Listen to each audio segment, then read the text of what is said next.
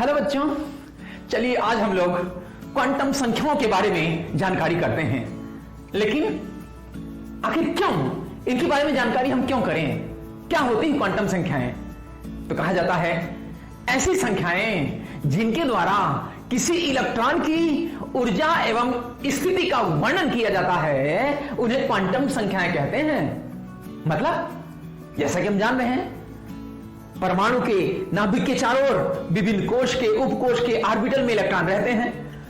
तो किसी परमाणु में इलेक्ट्रॉन किस कोश के, किस उपकोश के, किस ऑर्बिटल में है और कैसा घूम रहा है, मतलब क्लॉकवाइज या फिर एंटी क्लॉकवाइज, इसका उल्लेख जिन संख्याओं के द्वारा किया जाता है असल में उन्हें ही क्वांटम संख्याएं कहते हैं। यह वास्तव में बिल्कुल उसी तरह है जैसे एक व्यक्ति का इस धरती पर स्थिति जानने के लिए जनरली उसका एड्रेस, उसका पता होता है। पता के द्वारा हम उसकी स्थिति, भौगोलिक स्थिति कहां है बता सकते हैं। पते में जनरली 4 बातें होती हैं। क्या? एक तो उस व्यक्ति का नाम होगा, उसका गांव या मोहल्ला होगा, पोस्ट ऑफिस होगा, उसके बाद जिला होगा। जनरली ये 4 बातें होती हैं एड्रेस में। ठीक उसी तरह से इलेक्ट्रॉन की ऊर्जा और स्थिति का वर्णन करने के लिए 4 प्रकार की क्वांटम संख्याएं होती हैं। कौन कौन है वो? तो नंबर 1 है मुख्य क्वांटम संख्या। मुख्य क्वांटम संख्या, इसको स्मॉल एन से प्रदर्शित करते हैं। या तो लिखें मुख्य क्वांटम संख्या मतलब प्रिंसिपल क्वांटम नंबर, या केवल स्मॉल एन लिख दें तो स्मॉल एन का मतलब है मुख्य क्वांटम संख्या। अब ये मुख्य क्वांटम संख्या जो स्मॉल एन है ये इलेक्ट्रॉन के कोश को प्रदर्शित करती है। यानी इलेक्ट्रॉन अगर पहले कोश में है, नाभिक के चारों तरफ पहले कोश में है तो एन का मान 1 होगा। अगर दूसरे कोश में है तो एन का मान 2 होगा। तीसरे कोश में इलेक्ट्रॉन तो एन का मान 3 होगा। इसी प्रकार हम कहते हैं कि किसी परमाणु में इलेक्ट्रॉन चौथे कोश में है, चौथे कोश में घूम रहा है, उस इलेक्ट्रॉन की अगर बात हो रही है तो उसके लिए स्मॉल एन का मान यानी मुख्य क्वांटम संख्या का मान 4 होगा। अब दूसरा है द्विगंशी क्वांटम संख्या। द्विगंशी क्वांटम संख्या मतलब एजीमुथल क्वांटम नंबर। इसको एल से प्रदर्शित करते हैं, स्मॉल एल। या तो द्विगंशी क्वांटम संख्या लिखें एजीमुथल क्वांटम नंबर, या केवल स्मॉल एल लिख दें, एक ही मतलब है। अब ये द्विगंशी क्वांटम संख्या जो स्मॉल एल होती है ये कोश में उपकोश को प्रदर्शित करती है। जैसा कि हम जानते हैं कोश के अंदर परमाणु नाभिक के चारों तरफ जो कोश है, शेल है, उन कोश के अंदर उपकोश यानी सब शेल होते हैं। तो ये जो एल है द्विगंशी क्वांटम संख्या है ये वास्तव में उपकोश को प्रदर्शित करती है। अब जैसे कि हम जान रहे हैं उपकोश 4 हैं, एस, पी, डी और एफ। तो एस उपकोश के लिए एल का मान 0 होगा।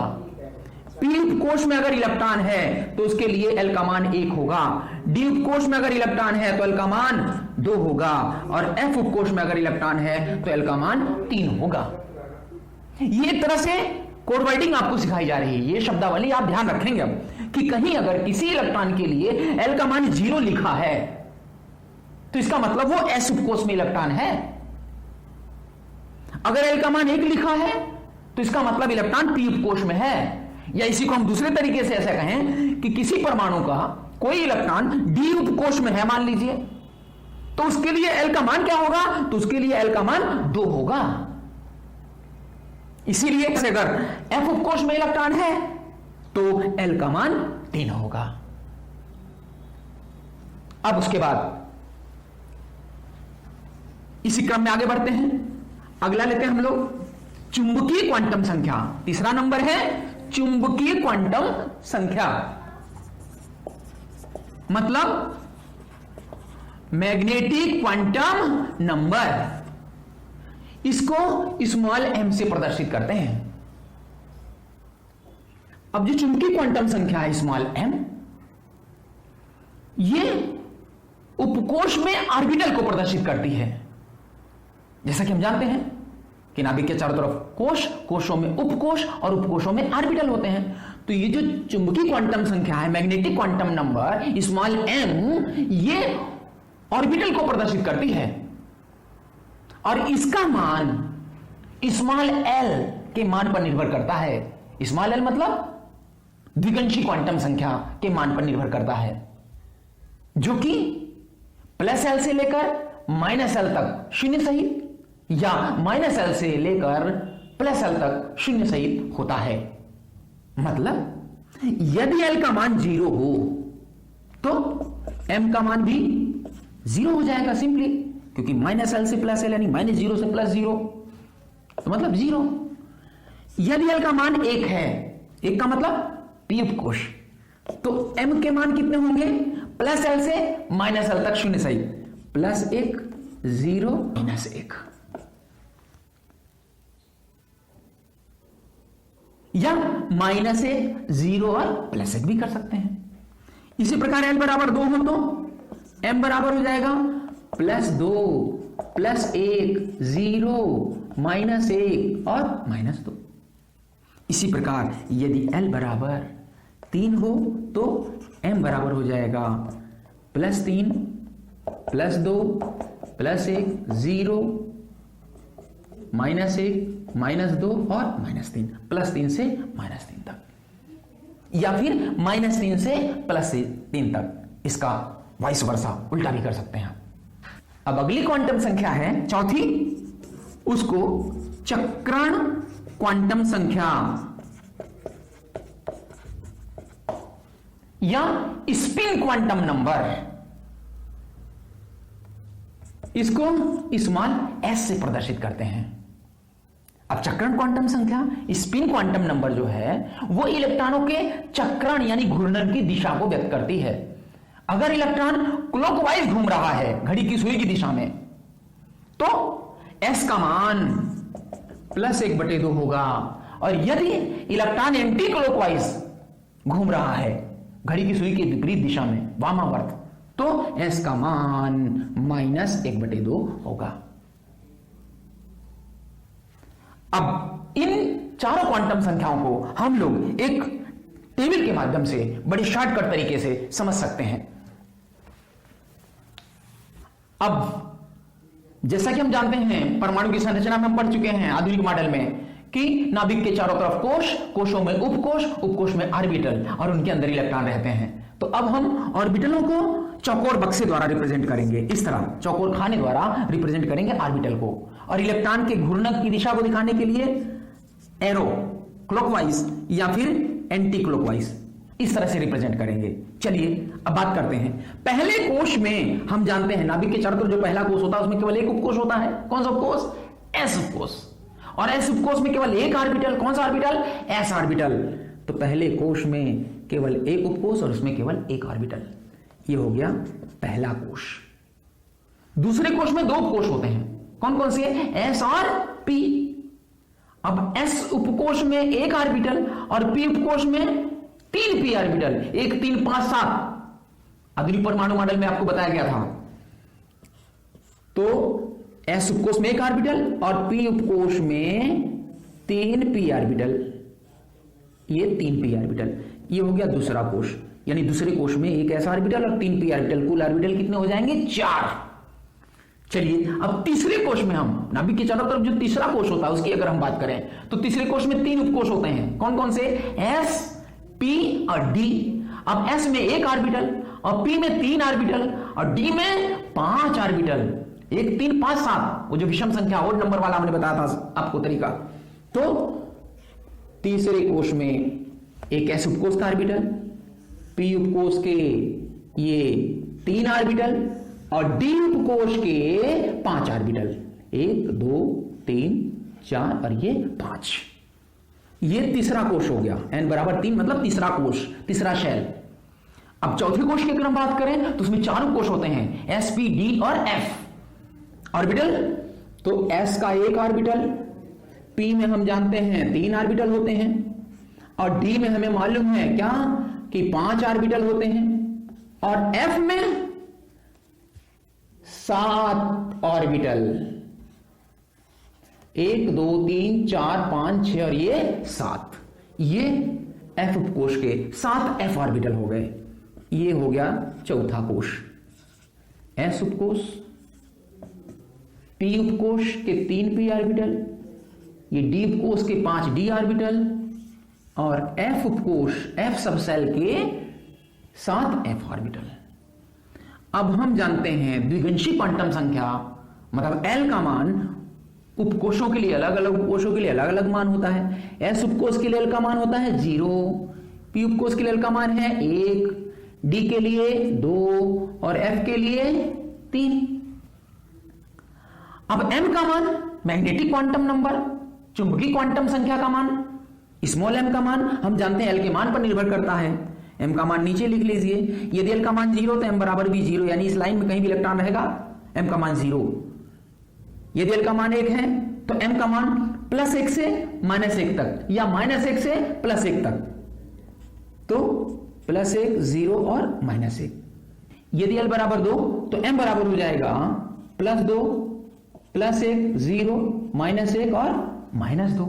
इसी प्रकार यदि L बराबर 3 है तो m का मान हो जाएगा +3 से -3 तक, तो +3 +2 +1 0 -1 -2 और -3।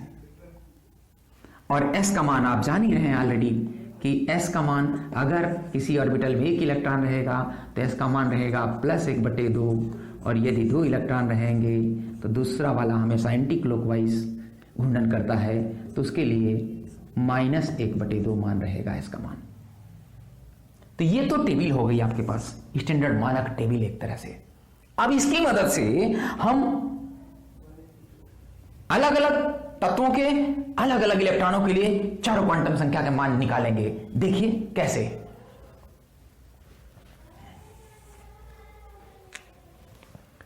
अगर हम बात करें हाइड्रोजन की, सबसे सरलतम परमाणु है, तो हाइड्रोजन का इलेक्ट्रॉनिक विन्यास होता है 1s1। अब इसका जो पहला इलेक्ट्रॉन है ये वाला, इसके लिए हमें चारों क्वांटम संख्याओं के मान निकालने हैं सपोज करिए। तो इसके लिए चारों क्वांटम संख्या का मान अगर निकालना है तो उसके लिए हम इस टेबल में इलेक्ट्रॉनिक विन्यास बनाएं इसका, इस टेबल में भरिए उसको। तो 1s1, अब इसको केवल पहले, क्योंकि पहले कोष तक है तो पहले कोष तक की टेबल ड्रा करिए। n बराबर 1 और ये ऊपर लिख दिया आपने s। L का मान इसके लिए होता है 0, m का मान इस सीध में है 0। अब इसमें एक इलेक्ट्रॉन भरिए, तो एक इलेक्ट्रॉन ये है। इस इलेक्ट्रॉन के लिए चारों क्वांटम संख्या के मान लिखने हैं, तो देख लीजिए सिंपली n बराबर 1, L बराबर ऊपर देखिए 0, m बराबर नीचे देख लीजिए 0 और s बराबर सीधा है तो +1/2।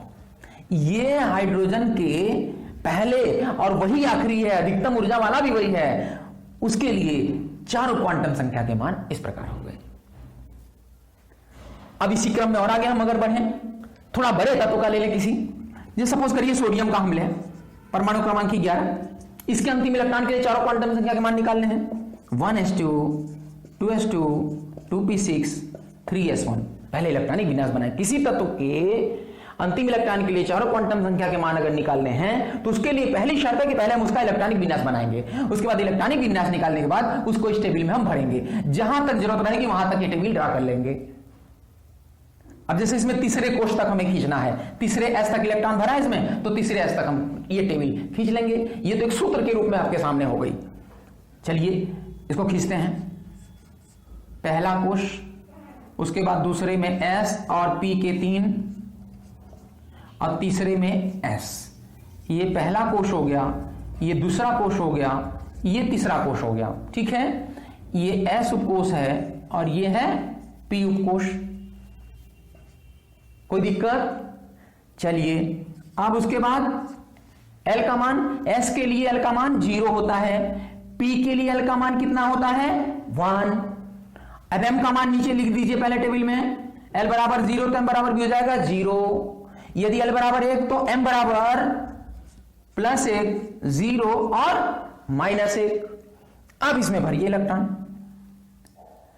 पहले S में 2 इलेक्ट्रॉन, तो पहला और S के नीचे S 2 इलेक्ट्रॉन, ये 1 इलेक्ट्रॉन और ये 2 इलेक्ट्रॉन। दूसरे S में भी 2 इलेक्ट्रॉन, दूसरा ये है S के नीचे 1 इलेक्ट्रॉन और ये 2 इलेक्ट्रॉन। दूसरे P में 6 इलेक्ट्रॉन, 6 इलेक्ट्रॉन। तो ये नहीं भरेंगे कि 2 2 4 2 3 6, ऐसा नहीं भरेंगे। अभी आगे हम लोग पढ़ेंगे हुंड एक वैज्ञानिक थे, उन्होंने नियम बताया था कि किसी भी उपकोष के ऑर्बिटल में जब इलेक्ट्रॉन भरते हैं तो पहले इलेक्ट्रॉन अकेले भर जाएंगे, तब उसका पेयरिंग होगा। तो 6 इलेक्ट्रॉन इसमें भरना है तो 1 इलेक्ट्रॉन, ये दूसरा इलेक्ट्रॉन, ये तीसरा इलेक्ट्रॉन, ये चौथा, ये पांचवा और ये छठवां इलेक्ट्रॉन। तीसरे S1 में इसके देखें तो ये तीसरा और S के नीचे S, ये तीसरा और S के नीचे 1 इलेक्ट्रॉन। अंतिम इलेक्ट्रॉन ये है अधिकतम ऊर्जा वाला, सोडियम का जो अधिकतम ऊर्जा वाला इलेक्ट्रॉन है दिस वन। इसके लिए चारों क्वांटम संख्याओं के मान अगर हम देखें तो n बराबर इस चीज में देखिए 3, L बराबर ऊपर देखिए 0, M बराबर नीचे 0, S बराबर सीधा है, इसका मतलब +1/2, यानी क्लॉकवाइज इलेक्ट्रॉन घूर्णन कर रहा है। अब इसी क्रम में और हम आगे बढ़े, अगर मान लीजिए हम क्लोरीन का लेते हैं 17 का, इसका इलेक्ट्रॉनिक विन्यास और अंतिम इलेक्ट्रॉन के लिए चारों क्वांटम संख्या के मान अगर निकालने हो तो 1s2, 2s2, 2p6, 3s2, 3p5। इसका अंतिम इलेक्ट्रॉन इन पांचों में से एक होगा, सबसे बाद में वही भरा गया, अधिकतम ऊर्जा वाला लास्ट में भरा जाता है।